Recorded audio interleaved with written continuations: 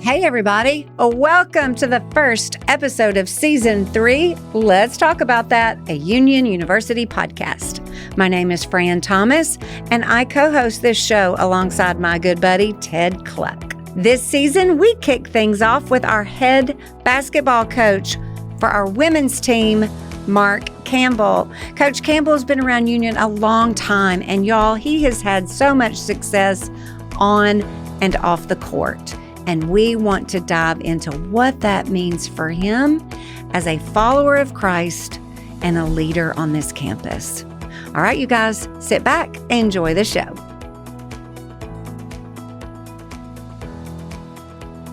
All right, everybody, welcome back, Ted Cluck, Season 3. Let's talk about that Union University podcast. Hard to believe it, Fran Thomas. Good to be back with you. Time is flying by. Back in the old studio here. I like these confines. I'm not going to lie. I know. It just happened to work out that Scott Lancaster was not available, so we couldn't do video. And I was like, I like coming back in here. Dude, what if I said hypothetically, and this is purely hypothetical, I hate being on video with a white hot passion. Okay, me too, Ted. Me too. I don't understand, Ted. I mean, you're a good-looking man. Thanks, baby. I appreciate it. Go on. Yeah. Your wife would like to watch that. What's good looking about me? I mean, we could go into some detail if you want. It's awkward, though. It is awkward. It is. I feel like our best conversation is not on camera. That's true. All that to say, we have a very special guest today in the studio. Fran Thomas, why don't you introduce our esteemed guest? This is so fun. This is so fun for me and for Ted, for everybody. Y'all, if you More fun for you than for me. No, stop, hush, not true. If you know anything about Union, then I guarantee you have heard the name Mark Campbell. And you know either lots of things about him or you don't know much other than I think he has something to do with athletics.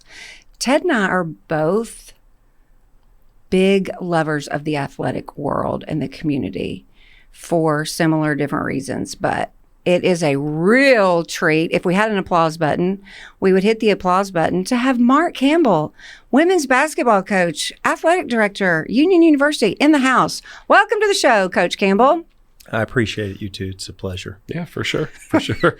Okay. Tell us, before we talk about whatever it is we're going to talk about, if people don't know who you are, give us context of who you are outside of Union and the athletic world. Who is Mark Campbell? What do you want to tell us? Yeah, grew up in Middle Tennessee, had two parents that loved each other, loved family, grew up in the church, Baptist church, was there every Wednesday night, Sunday morning. Most of my community had to do with families in that church that I called uncles and aunts. And so I just grew up in a really rich background of what community was, product of a really rich, vulnerable, intimate environment. And so my life has been birthed out of that type of environment. And it kind of carried through into athletics. My coaches I've had, obviously coming to Union and being here for 32 years, several of those years early on, not married, single, coaching here, and then meeting Molly here when she was a student and had to ask Dr. Dockery permission to date her at that point in time when I was a GA. That's right. Yeah, I see you. 6.5 years, man, difference. Okay, wow. And so we got married right when she graduated from college. Her senior year was Chuck Colson was the speaker. Awesome. Dude, no kidding. Awesome. That's amazing. It was great. I got he wrote to interview a book him. called The Faith that is an unbelievable book. No, remarkable guy for sure. And so we've been married for 27 years. We have 4 children from Gray, who's 23, who just graduated here, is the assistant golf coach. Ella's 21, going to be a junior. Callian just turned 16, just drove his sister to school this last week. Quite nerve-wracking. Oh, yeah. In his truck, which he's already washed 3 times.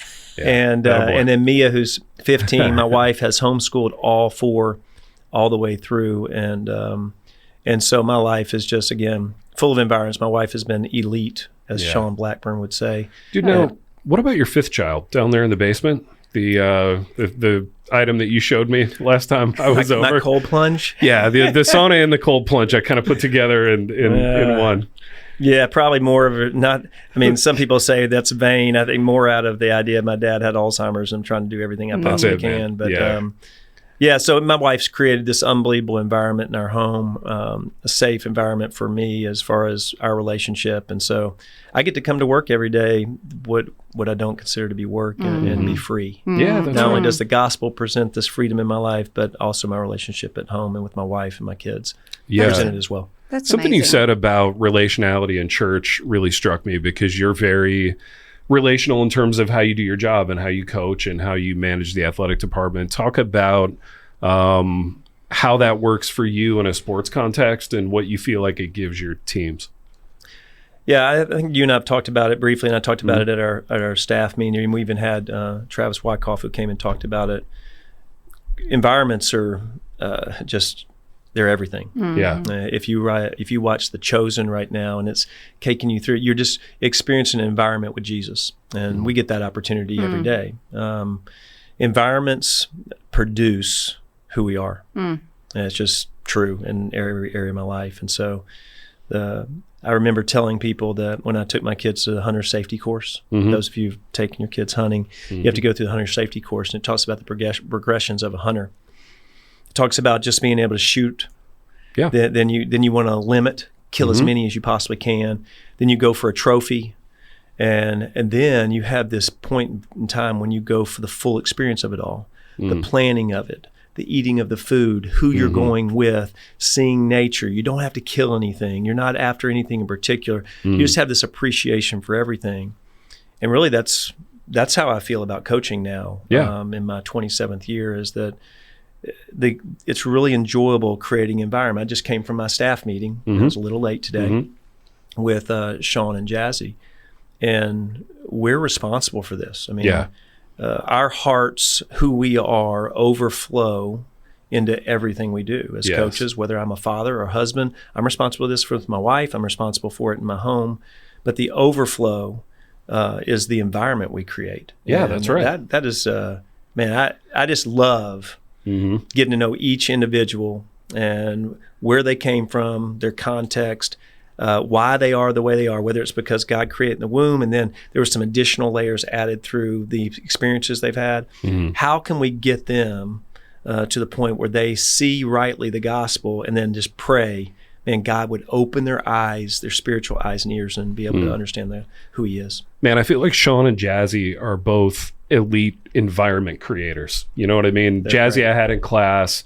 She was incredible for the classroom environment. Yep. Sean, I remember meeting on a recruiting visit. He brought a student athlete perspective over to Jennings, and we immediately hit it off. You know, he's a great in the room guy as well. So I feel like you're gonna have good vibes this season with those two at the helm. Yeah. Again, one of the things that when you are trying to lead or you're responsible, I mean, everything comes to the surface. Yeah. And what we do is we find out whether we have his nature in us or we have our nature. And homeschooling has done that for my wife. You know, she said nothing sanctified her more than teaching her kids and being able to experience each other fully.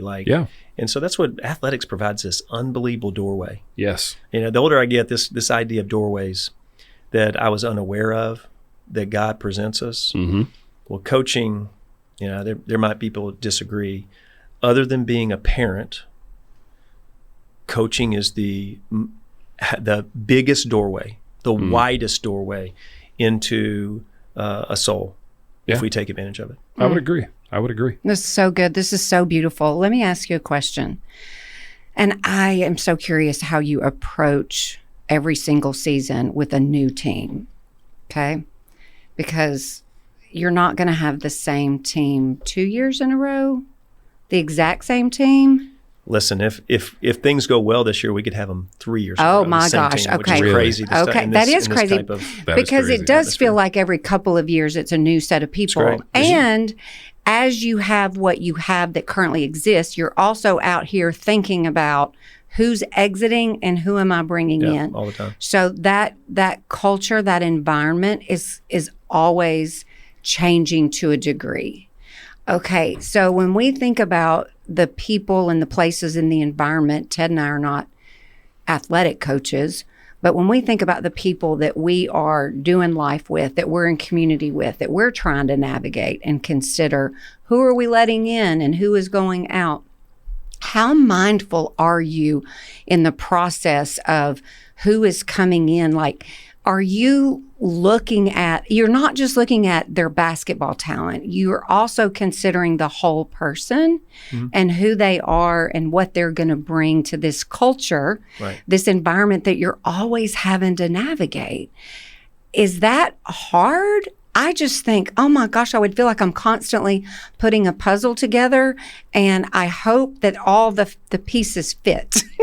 And what if I got it wrong? Or what if dynamically, whether you're talking about athletically, spiritually, academically, relationally, just the whole person, what if it just starts to get hard and it's, I don't want to say it's not working, but maybe it's a greater challenge than you anticipated. How do you maneuver through this constant need to have to put this puzzle together? How do you navigate that? Because listen, I'm not stuck with outside of my family and, my work people, but even my work people I'm not with at the level that you're with people, and we're not engaged in that type of constant, hard, challenging relationship. How do you navigate that? Well, so I'll start with this, that Jesus' Sermon on the Mount, the very first thing he says is, God, blessed are those who recognize their need for me. So it's out of poverty, right, that we actually understand the gospel. And that poverty is nothing in this world will satisfy. So I don't ever go in with this expectation things are going great. In fact, I actually look forward to the crisis. I look forward to things not moving smoothly, because it was exactly what it was created to be. It's not going to solve it. We could go through the whole year with having no relational problems, beat everybody by 40 points, and win the national championship. And at the end of it, they're going to think, well, this is it? Yeah. So why would I want it to be smooth? The second thing I would say is that, and I tell the girls this story every year, my wife and I were married early on, and we couldn't afford a level 9 fabric for our couches we were ordering. So that's a nice level. That level 9 probably costs 4 times as much as the level 1. So we had to decide, what kind of fabric we could. And I remember we got this Chase Ottoman, the kind that 2 people could sit on. Yeah, love seat. And it looked great. It looked great. We decided that we were going to get a level 1 fabric. No, not a 1, dude. Yeah, that's what we could afford. That's a bit of a deal. We're trying to save Molly's salary at being a kindergarten teacher and live off only what I was doing. Was level 1 just like sandpaper? Well, it looked good. It looked good. But at the end of the first year, it had that little, first of all, the chair had the shape of your rear end sitting in it was there. And it was starting to wear out. And almost so much so that as it was weaved in, you could see beneath it. And we got exactly what we paid for. And so a perfect year would produce that amount of fabric. Yeah. And so what I've understood is so the longer Molly and I are married, there's more things we go through, which adds more threads and weaves to the fabric that makes it more durable. And so as we go through a year, what I used to dread, confrontations, uncomfortable moments, I just look at as opportunities to build more weaving of fabric, so that when the tough stuff comes, we've worked through it, we know how it, and we know each other, we trust each other in the midst of understanding we're going to let each other down. Yeah. And so I actually, if you look back through your life spiritually, you can look through these things you've been through with the Lord, where he's come through. It might not have gone exactly like you wanted it to, you might not have felt, but in the end, he's grabbed a hold of it, he's had you in his hand the whole time. That there's this trust there. And ultimately what we're trying to do is produce an atmosphere and an environment where there's trust. Absolutely. And I'm willing to get to trust no matter what. Yeah. How can I prove it? And one of those might be saying, hey, will you forgive me?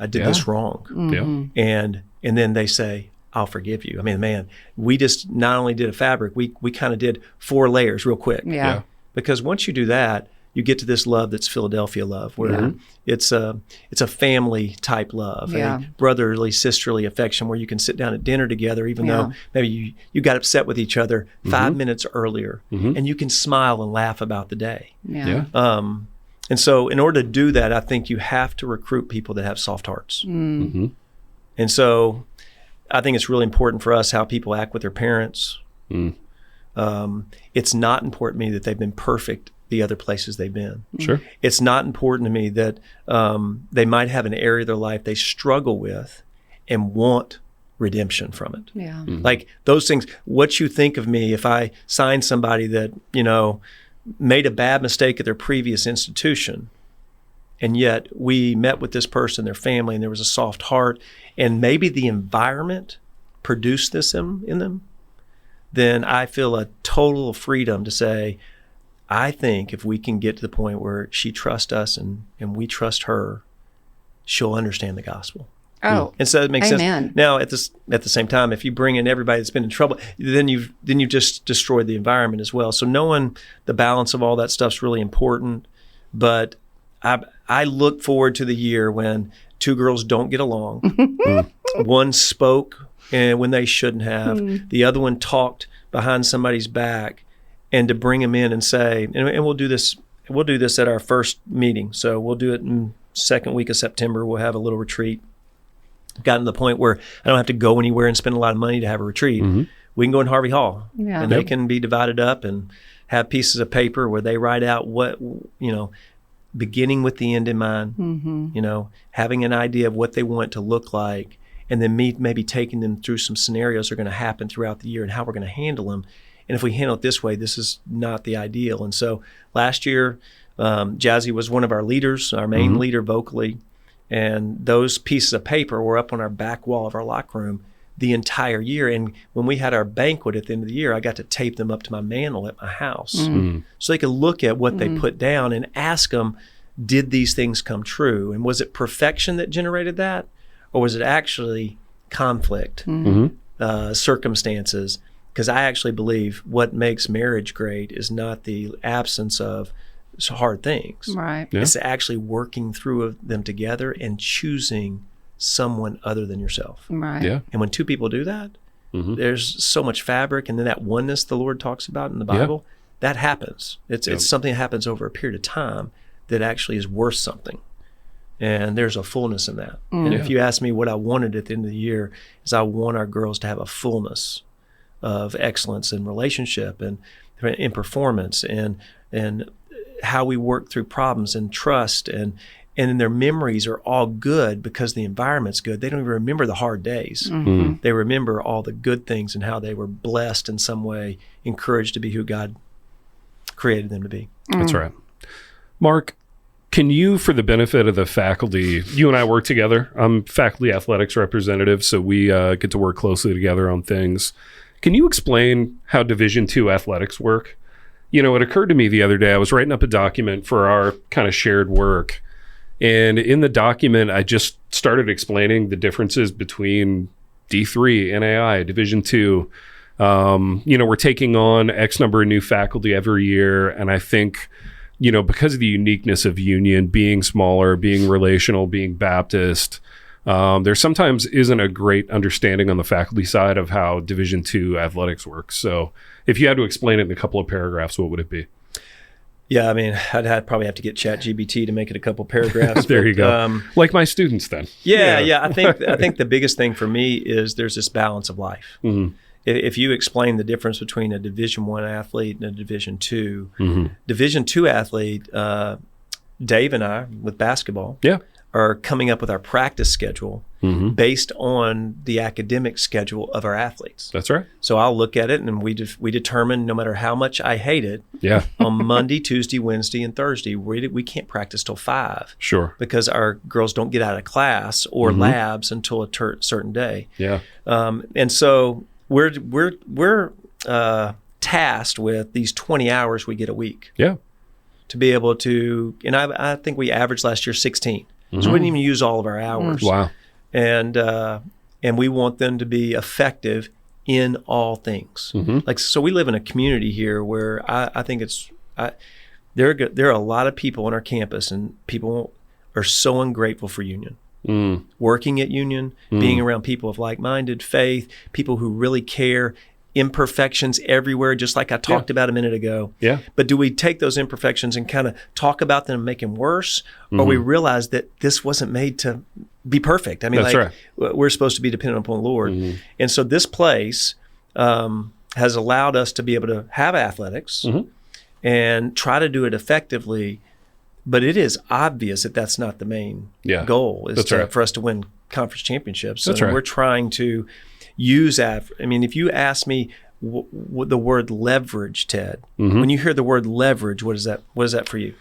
Oh, I mean, it's people trying to use one another to get something that they want, you know? Yeah. It's a negotiating term. That's exactly right. Yeah. So I would tell you how we at Union see athletics. It should be a leveraging tool. There's nothing worshipped in the world more than athletics. That's right. I mean, I bought a new TV this weekend. Oh, boy. Yeah. It's about to be football season, too. How's that sofa? Level 9 now? Are we up to 9 on that fabric? Or the sofa? Yeah. It's probably a little better than 1 than it was that back when I was 28. But there's athletics, man. You can either let it control you, own you, it can consume you, or you can leverage it. Yeah. And we should be leveraging the things the world loves and using as an opportunity to share about Jesus, and not just in word, not be, hey, let me tell you about Jesus. Yeah. A life demonstrated. You know, I have a great example. I mean, like, we can talk about this with Jazzy from last year. I've had two people be on my team get baptized in the last 2 years. Hal Poe had Kashana Lucas in class. They had conversations. Then she's coming in my office, and she's meeting people at fellowship, and there's this togetherness towards a singular mission. Yeah. And athletics is used for it, right? And so, just like with Jazzy, she's in your class. Yeah. Y'all have a great relationship. Yeah. Ashley Blair, great relationship. She sees these people. Yeah. And she says, this is different than any place I've ever been. Yes. And I want to know what's different about that. Man, praise God for that. And so, if you ask like what athletics should be at Union, it's not this thing where we think that it should be celebrated and we should point to ourselves and they should be making NIL money, all that stuff. It's, okay, how can we use this for what it was meant for? Is that it's never going to satisfy. That's right. If every person in your class makes an A and you have great relationships with them and they go out to do amazing things, you're still going to ask the same question Tom Brady did after winning 3 Super Bowl MVPs and married to a supermodel, making $130 million a year, for him to say on 60 Minutes, it has to be more than this. Yep. So don't we want to use the thing the world loves most? And right now, I would say those two things are sports and sex. Indeed. And money's all in that's that. Right. Yeah. And we want to use those things to say, we're not going to avoid those things. Yeah. Let's use athletics really well. Yeah. And so the grace we show people, the communication we show people when they are believing those things, because we're going to have athletes come on campus this year, have no idea what they've gotten into. Yeah, that's right. And we want to show them not, hey, this is a religious school. We want to see them as Jesus' heart towards them, his point of view towards them. Indeed. And so that's, if you ask me what my passion is, it's that. Yep. And so, I love basketball and I love athletics, but athletics is going to lose money for this institution this year. Yeah. But if we leverage it, we could be doing the mission better than anybody else on campus. Listen, Indeed. Can we just all pause and say, Amen. Amen. Here's what I think is just so fun of the Lord. Ted and I have talked about this. I'm sure that we've talked about it. I think what's absolutely incredible, keep in mind, the one speaking here was not athletic. I didn't play on a sports team. I did not. I always am very jealous in a good, fun way. If we're talking basketball, I don't know what it's like to have the game-winning shot.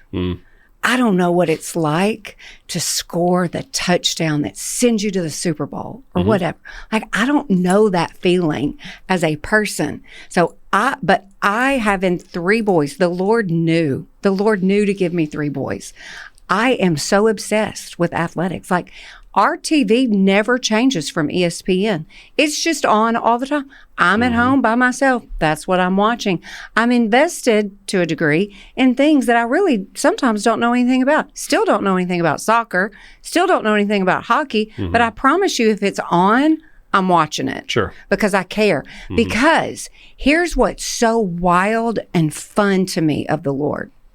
that he, the creator of all things, somehow chose, you know what? Mark Campbell, Ted Cluck, all the athletes on this campus, you are going to have the gift of this sport. You get that gift. I didn't get that gift. I don't have it. And the fact that he's going to use some crazy sport to reveal himself to us, to teach us about him, about ourselves, about this gift that he's given that we then get to leverage to use for the gospel. That's crazy to me. And it's so fun. I think that just speaks of his care for athletics. He wants us to leverage it. He wants to use that as a way to say, hey, guess what? Guess what? Yes, your academics matter. Yes, what you do for sport. Yes, what you do for extracurricular.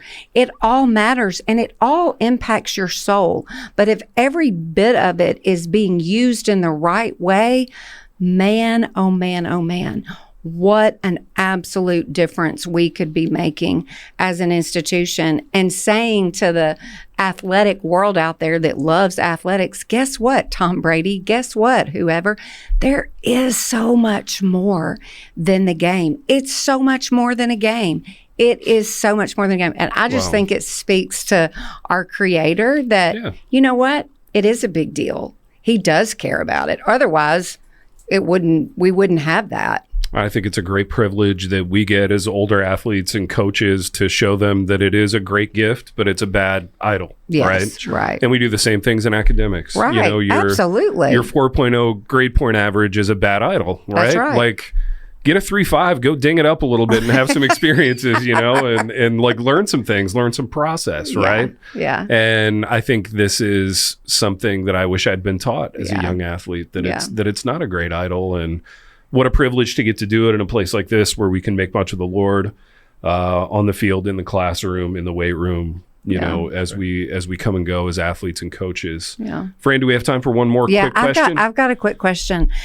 You said you've been coaching for 7 years? This will be my 32nd. Oh, year, so okay. Oh, my word. With the women. Yeah. Okay. My gosh. That's kind of bizarre to probably say, isn't it? Like it just went so fast. Oh, it's going to fly.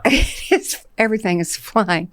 Okay. So has your philosophy or your approach to coaching, do you see that changing because of generations? Like the girls that we bring in now are not the same. The world is not the same as it was 10 years ago. Or are you still like, this is who I am, this is how I coach? Or have you seen a dramatic change in, I kind of have to do some things differently because of this type of a student that we're bringing in now? Yeah, I think I've had to change a lot over the last maybe 7 or 8 years. Oh, wow. And so I think I didn't know it at the time, but probably that first group that had middle school social media was a little bit more sensitive. But I would say this has been really good for me. Like the one area in my life that I feel like I act outside of who I should be is as a coach. And so over the last couple of years, I don't think that's been true. Some because of how we're playing, but I've had to really think about why I'm saying in the tone I'm saying it. Because if winning was the goal, I can do it that way. What I've learned is I don't have to do it that way because the details are what matters most. And I actually think I can get the effort from even better relationship. So it's not a fear. So I think the answer to that pretty, Napoleon. Yeah. He's on the island of Patmos. You have that story. It's not the real story, but they think it's a story. He gets interviewed about Jesus, and he says something to the idea that Charlemagne, and he mentioned this group of leaders who would die for us today. And he said, nobody. We operated out of fear, but 2,000 years later, people would die because Jesus led out of love. And so I think sometimes in my generation, the coach could yell at me. I didn't take it personally at all. And it really motivated me. Like I was going to do what he said. I didn't want to disappoint him, right? Yeah. And with me, that's fine. That's not going today. Yeah. But we might lose a world war, but it's not going in coaching. That is true. And so they need to know why, and they need to know I care, and I'd speak especially with females. I think they need to know. So the text messaging after a practice that they've had, am I aware that they feel like they had a bad practice? Can I text them and say, hey, I want you to know I got on you today. This is the reason why, because I see you doing this. So I have permission to call more out of them, but it's not just because I want to, because it's a power, or control, which would be every man's. If respect is what I essentially want as a man, power and control sometimes get that fake respect, but respect really is, I trust you. Yeah, that's right. And so I'd rather them trust me than fear me. And so that's had to change a lot, especially the last 2 or 3 years. Because there's things that, the ways in which I'm motivated by making people feel uncomfortable and then letting them sit on it overnight, that I never do anymore. That now I would consider not Christian. And at the time, I didn't know. I wasn't aware that was. I was just doing my job and thinking, hey, I'm making them tougher. What I want to do is make them more resilient. Well, what made the disciples more resilient? A total trust in Jesus. So can they trust me so much that makes them more resilient instead of them fearing I'm going to be disappointed? And so that's the biggest change that's happened. And again, it goes back to, is it my nature or his? And Shanique Lucas, who is probably the last person I probably treated that way, she painted on a picture, canvas, his nature. And it's in my office. Just a reminder, because I told her, I want to apologize because my nature is the one that yells at you. I mean, it's certainly in Jesus' nature they would yell at you about that. She's not desecrating the temple. She's just not living up to what I want her to play like. Well, then that's me problem. It's not a her problem. And so I had to figure out how to get to her heart. Well said. Oh, this is so good. I love Back to School. As this is being recorded and released, I don't know when you'll listen to this. It's still August. This episode's going to release in August. So we're in Back to School mode. And so I don't know the girl's name. And if I did, I wouldn't call her out because that's not the point. There's an incoming women's basketball player I had a conversation with the other day. And I was like, oh my gosh, welcome to Union. I was like, I love our basketball program. I'm going to be there. I'm going to be at so many games. I said, I always love to ask the question, what are you looking forward to? But also, what are you worried about? What are you worried about? This is what she said. And I was like, oh, honey, sister, just you get ready. She goes, well, I hear that Coach Campbell likes to run his girls a lot. And I was like, yeah, sister, you about to start running. And I said, have you practiced? Have you been running over the summer? She goes, a little bit, but I'm starting to think it wasn't enough. And I was like, here we shaking his head like. They got a conditioning program that you won. So it ain't our fault if they ain't on it. They're going to feel it. So. Oh, so here we go. It's a new day. It's a new season. Coach Campbell, we're thankful for you. I love the heart behind how you lead. I think that's what speaks volumes, and that's what people need to know. Because if you're just looking at the game itself, you would look at that by record and say, that's phenomenal, and it is. But your heart behind the ministry of basketball, the game itself, I think is the story that we wanted to tell today. So I'm very grateful. Very grateful for you. I'm very grateful that the Lord has sanctified me through being a coach, because that's that has moved me more than anything else, because I'm exposed in that a lot. Well, all right, Ted. Fran, would you say we're in mid-season podcast for level 9 podcasters? I don't know what to call we're getting there. Maybe level 2, level 3 at this point. But, you like that, didn't you? Yeah, I like that, baby. He's going to take that with him. I'm going to take it with me, filing it away. All right, everybody. We appreciate you listening so much. We'll be back next time. Y'all have a great day. Thank you so much for listening to this week's episode. If you are ready to begin the college search process, Ted and I would love to have you visit campus. You can find the link in the show notes to schedule that visit, or simply go to uu.edu and search campus visits. We also have a fee waiver code for our listeners, so if you're ready to apply, simply type in the word TALK, all capital letters, TALK, and you do not have to pay the application fee. Make sure that you follow us On Instagram, just search, Let's Talk About That, a Union University podcast, and there we will be. Make sure you subscribe so you don't miss a show. There may be some that you need to go back and listen to simply because you missed them or you're new around here. All right, you guys, have a wonderful week. We'll see you next time.